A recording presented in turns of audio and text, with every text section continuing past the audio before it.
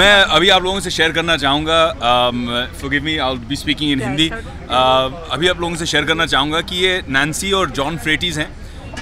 इनके जो बेटे हैं पीट फ्रेटीज़, उन्हें ALS हुई थी बीमारी, और उन्होंने ये सोचा था, आइस बकेट चैलेंज उन्होंने कंसीव किया था, और उसके ज़रिए उन्होंने हज़ारों करोड़ रुपए पूरे विश्व भर में जमा किए और एक अवेयरनेस क्रिएट की है ALS के बारे में, ताकि आने वाली पीढ़ियों में जितने जनरेशन है, नैन्सी बता रही थी करीबन 70,000 लोग हर साल हिंदुस्तान में ALS से सफ़र करते हैं, और उनको अभी पता भी नहीं है, डायग्नोसिस भी नहीं हो पाता है कि इन्हें क्या हो रहा है। और 3 से 5 साल, जिस तरह से कैंसर लोग फिर भी 10 साल कभी सर्वाइव कर लेते हैं, कभी रेमिशन में चला जाता है। पिछले 12 साल से मैं खुद कैंसर पेशेंट्स के साथ काम करते आ रहा हूँ। ALS की प्रॉब्लम ये है कि 3 से 5 साल, जस्ट 3 to 5 years बीमारी आपको जीने देती है, बाद में आपके फेफड़ों को जकड़ लेती है। इनके जो बेटे हैं जिन्होंने ये शुरू किया था, पीट फ्रेटीज़, आज उनकी भी मेडिकल अवस्था ऐसी है कि वो वेंटिलेटर पे हैं, वो खुद सांस ले नहीं पाते। बीमारी एक स्पोर्ट्स पर्सन थे, वो एथलेटिक पर्सन थे, और उसके बाद 3 साल 5 साल के अंदर बीमारी ने इस तरह उन्हें जकड़ लिया, 2012 से 2015 3 साल में ऐसे जकड़ लिया कि अब वो खुद सांस भी नहीं ले पाते। और 70,000 ऐसे लोग हिंदुस्तान में हर साल गुजर जाते हैं।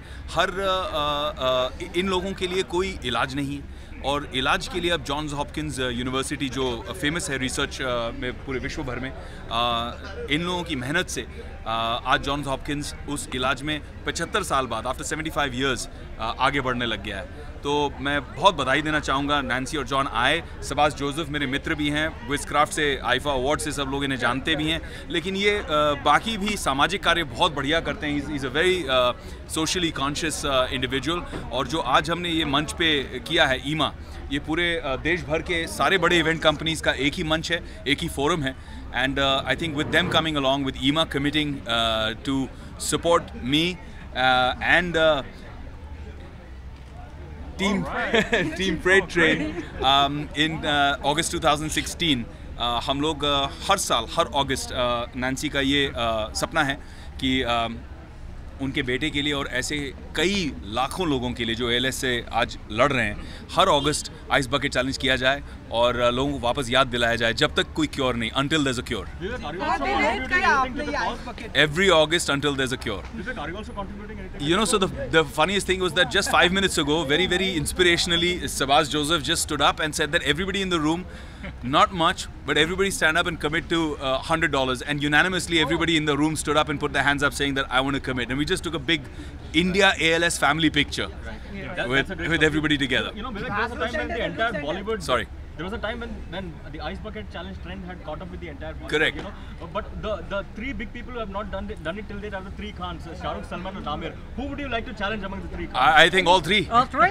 Yeah, they're the 3 superstars of India. I mean, of course, barring legends like Bachchan Saab, but with their kind of incredible reach, and all are golden-hearted. All 3 of them want to do good work for causes like this.